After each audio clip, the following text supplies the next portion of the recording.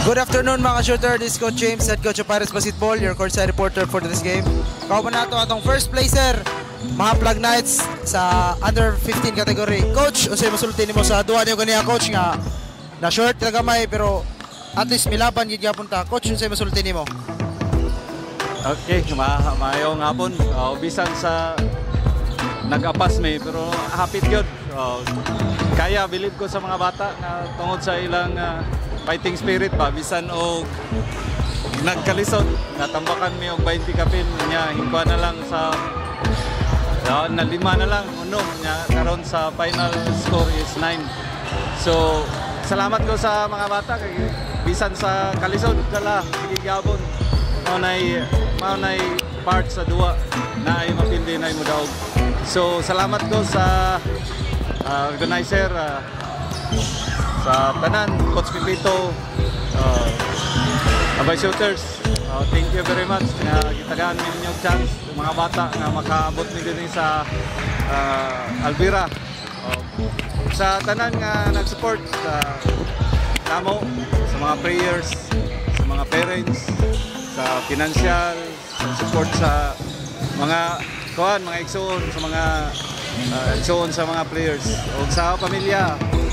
Salamat bisan sa among kapildihan pero daog gihapon first placer. Salamat. Okay coach, last question coach. Mo-appeal pa ba mo sa season 2 o mobalik pa ba mo sa coach? So akong ipasalig nga mo balik kami sa season 2. Yun, amo nang pangitaan o pagi aron makaabot yun mi sa gihapon sa final. Bisan og mga bata nagkalisod at least nga na sila exposure makaduwa sila din sa dapit sa Ormoc o din sa Alvera.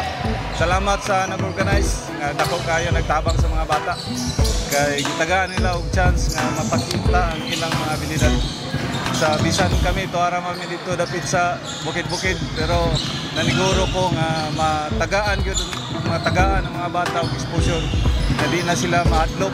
Kaya maban mga bata dito sa amo mahadlok itang duwa o duhan liga nya mauwaw. So karon aong ipaabot sa mga bata sa Maplag nga paningkamutan ako kayahon ako nga danon mo nako diri lapitan.